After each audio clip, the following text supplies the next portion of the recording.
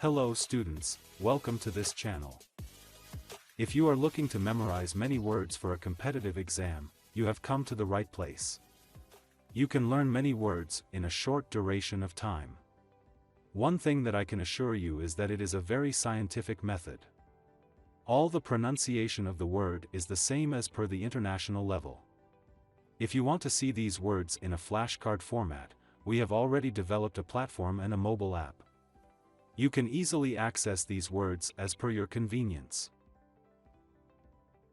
Now, let us discuss these words. First, look at the meaning and then try to make a broader picture in your mind.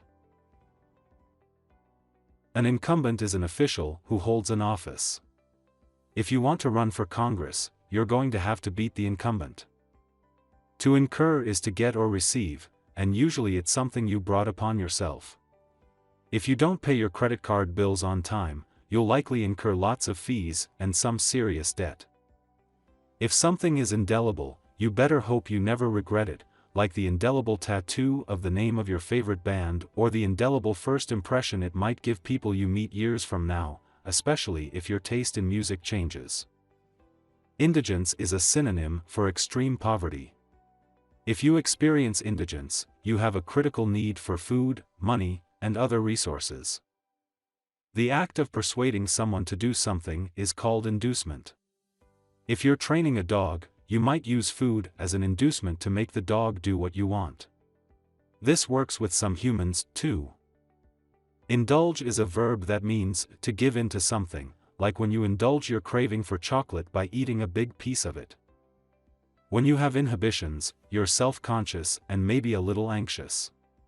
A shy child at a birthday party might have fun only after abandoning her inhibitions and joining a game of musical chairs. To be insane is to be mentally ill. This is also a slang word for acting wacky or wild. When you instigate something, you start it, but the word carries conflict with it. If you are suspended for wearing a political t-shirt, the incident might instigate days of protest by students and faculty. An interlocutor is someone who participates in a discussion or conversation, sometimes as a go-between. If you and your friend are in an argument and aren't speaking, a third friend could act as an interlocutor, delivering messages back and forth. Reach for the adjective intermittent to describe periodic movement and stopping and starting over a period of time. Things that intertwine are twisted or mixed together. You have to intertwine yarn to make a scarf. You can see timid in the middle of intimidate, and to be timid is to be frightened or to pull back from something. When you intimidate, you frighten or make someone afraid. A pet rat might intimidate your sister's friends, keeping them out of your fort. An intruder is someone who enters a place or situation despite not being invited. If a Girl Scout comes to your door to sell you cookies but ends up trying to watch TV with you, you can call her an intruder.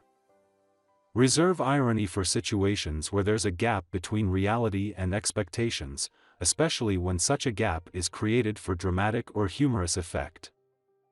If you're on a diet but eat one tiny piece of chocolate, it might start an irrevocable slide into bad eating.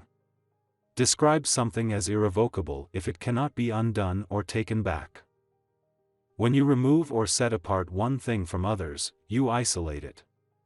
You could isolate yourself from people by living in a remote hut or, if you're a biologist, you could isolate a chromosome. A man who serves as a sailor can be called as Jack. A jamboree is a festive party or gathering. Your backyard jamboree might bother your neighbors, unless you invite them to join you. To be in jeopardy is to be in danger. Eating 3 plates of nachos a day may improve your chances of winning your office's nacho eating contest. Unfortunately, it could also put your health in jeopardy. Jittery can describe jerky or nervous actions. If you consume a lot of caffeine, you might appear jittery. Use jovial to describe people who show good humor and are full of joy. Santa Claus, with his constant ho-ho-hoing, is a jovial figure. Jubilation is a happy word. Where there is jubilation, there are laughter, smiles, laughs, joy, and gladness. A juncture is a crucial point in time and a decision must be made. At this juncture, a president might say, the government must decide whether to go ahead with war or to try to solve things diplomatically. To knead is to massage, as you might need a sore muscle to relieve the pain or knead bread dough before baking it. Whether it's pine or problems, sometimes the word knotty can apply to both. Knotty can describe something that has a lot of knots, either literally or figuratively. When you are sick or heartbroken and too tired to get out of bed, the listlessness you feel is called languor. It's sluggishness and slowness, but usually with cause. Use the adjective lanky to describe someone who's tall, thin, and a little bit gawky. Latent is an adjective that you use to describe something that is capable of becoming active or at hand, though it is not currently so. To laud someone means to praise them extravagantly, usually in a very public manner. A music critic might laud a new song by calling it the best summer anthem ever created. A laurel is a wreath worn on the head, usually as a symbol of victory. If you see an image of Julius Caesar, chances are he's wearing a laurel. Those parents who let their kids eat all their Halloween candy the night of October 31st. Their parenting style might be described as lax. A paperclip chain used as a bike lock. That's an example of lax security. Lechery is a noun applied to a person's feelings that are lustful or sexual in an extreme or unnatural way. A person's lechery may lead to wrong and unlawful physical acts or attacks on others, or to the making and viewing of inappropriate pictures and movies. You can use the adjective leery to describe someone who's suspicious of a person or situation. After his brother came out with bald spots and uneven patches of buzz-cut hair, he was leery of having the same barber get near his own head. A legend is a larger-than-life story that gets passed down from one generation to the next, like the legends of Beowulf, Robin Hood, or even Bigfoot. Something legitimate is the real deal, according to the law. If you're not overly strict, and you show tolerance and mercy when someone does something wrong, you're being lenient. To lessen is to make smaller, to reduce, or to weaken.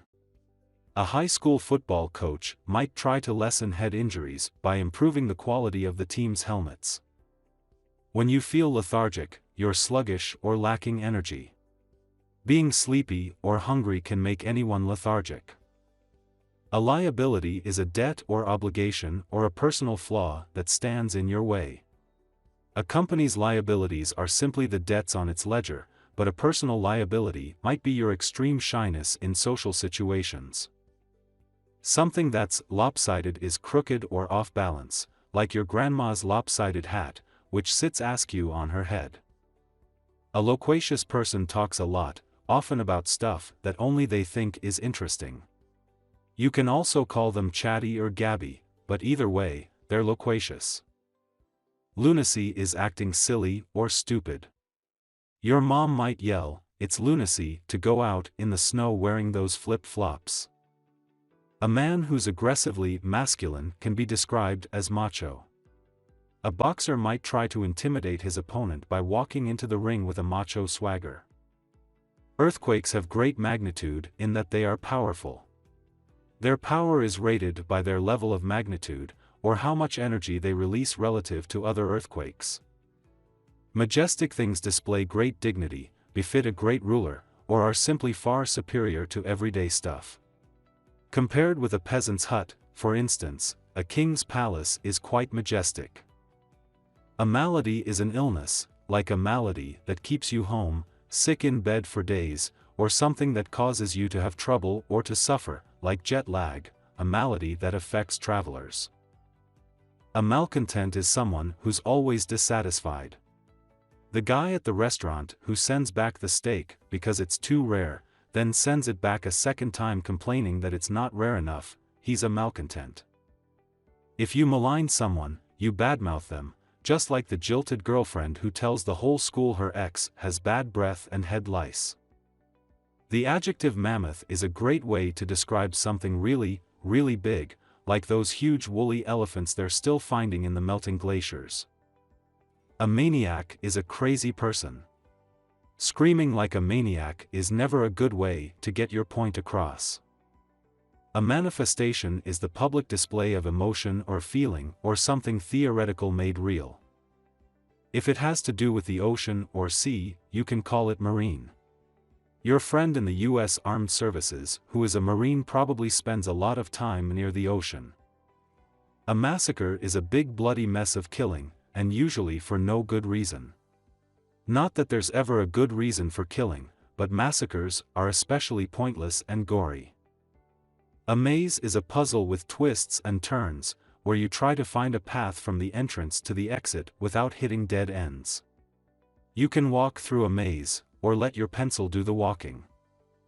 Melancholy is beyond sad. As a noun or an adjective, it's a word for the gloomiest of spirits. If it's threatening you or otherwise posing some sort of danger, then it's a menace. Angry rabid dogs, smog clouds, and annoying little brothers are all probable menaces. A milestone is a significant event in your life. Often a milestone marks the start of a new chapter. For example, the day you graduated from high school was a milestone in your life. Minuscule is a variant of minuscule, meaning very tiny. Ants, grains of sand, and portion sizes at fancy restaurants might all be described as minuscule.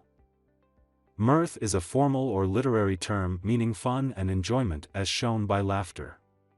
If you and your friends stayed up all night at a sleepover laughing, you might refer to that as a night of mirth. A miscreant is a person who behaves badly, who lies, breaks the law, yells at puppies.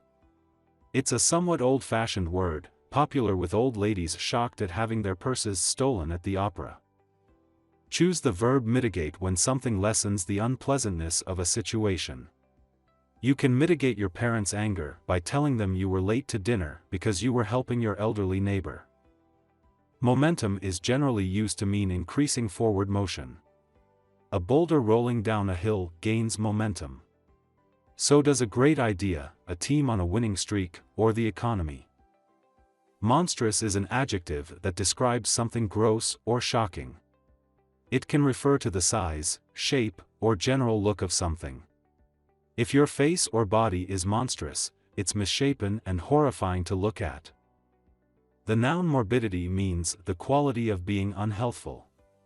If you can't watch your sister's morbidity get any worse, you might sign her up with a nutritionist and a personal trainer. A stupid person can also be called moron. To mount is to climb up something, like a ladder, or get on the back of something, like a horse. You can also mount something on another object, like a camera on a tripod or a sticker on a notebook. When you clip grass or other plants, you mow it. If you realize your front lawn is taller than your dog, it might be time to mow it. The verb mull means to think deeply about something, the way you might mull over your choice of what college to attend. Originally meaning to gather soldiers, muster has been expanded to include gathering up just about anything. You can muster up some dinner, some friends, or even some ketchup, pickles and mustard. Mutilate is a verb that means to injure or ruin, usually in a brutal or messy way. If you drop a cantaloupe into a wood chipper, you'll mutilate that poor melon, with chunks of fruit and rind flying everywhere. A mythology is a collection of myths or stories about a specific person, culture, religion, or any group with shared beliefs. Most people don't consider mythology to be entirely true, but they still take it seriously. A myth is a story that's told again and again and serves to explain why something is the way it is. A creation myth, for example, is a story that tells how the world came into being. If a highly forgetful person loses his phone, his wallet, and then his car keys in separate instances all in one day, you could say that he has reached an organizational nadir. This means lowest point. The nape of your neck is the back of your neck. If you have a ponytail, you might enjoy feeling it brush against the nape of your neck. Use the word nemesis to describe someone or something that always causes you major problems, like the runner on another school's track team who, for years, has been beating your time by a fraction of a second. A neologism is a made-up or new word. Neologisms can be full, but the problem is making sure others understand what you mean. A neophyte is someone who's brand new at something. You're a neophyte the first time you pick up a guitar and start learning to play. A nexus is a central link or connection. If you happen to be at the nexus of something, you are right in the middle of it, like standing in the middle of an intersection. If you wake with a start after a terrifying dream, you've had a nightmare. If something is nocturnal, it belongs to or is active at night. That includes vampires, owls that like to hunt by moonlight, and that roommate who stays up playing video games until the wee hours of the morning.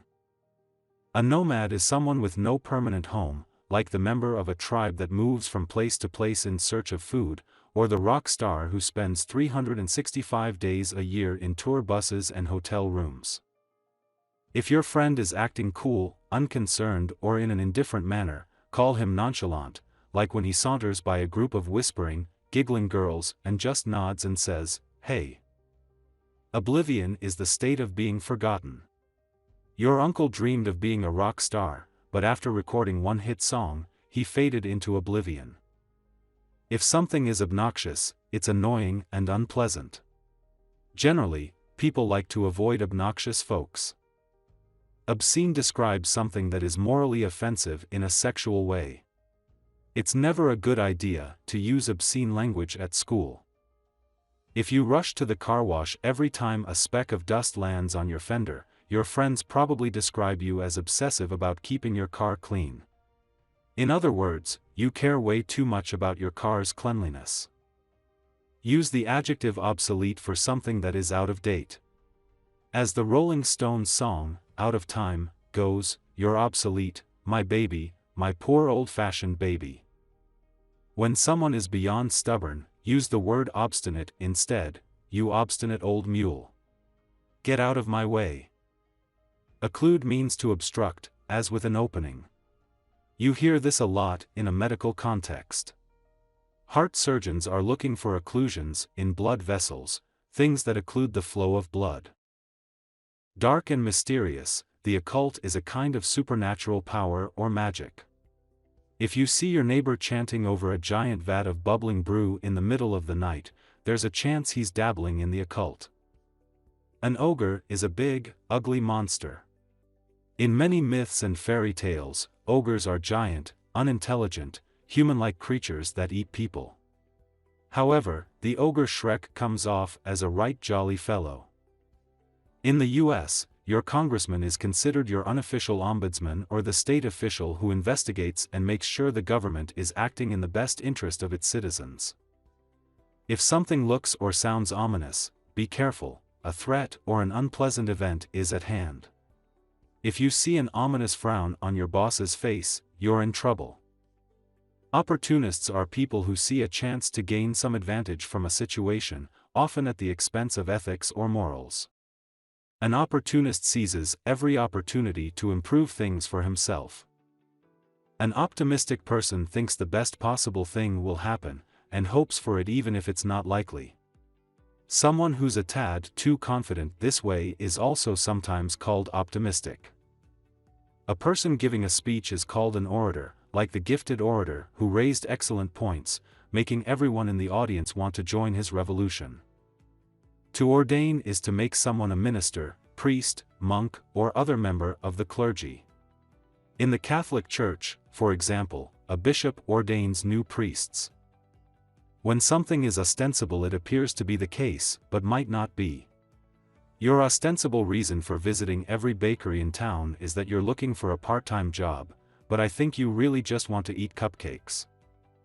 A teacher may oust you from class if you are being disruptive, or you might oust your class president from her position if you beat her in the election. To oust is to expel, kick out, or remove and replace. If you want to practice these words as multiple-choice questions, you can find the guidelines in the description. If you want to play games with these words, and want to access the flashcards, you can get the detailed information in the description box. If you want to remember these words for a long duration of time, always revise these words at least 7 to 8 times. You can learn these words easily provided you burn the midnight oil. Feel free to like, subscribe and share this video. It really boosts our confidence. Have a nice day.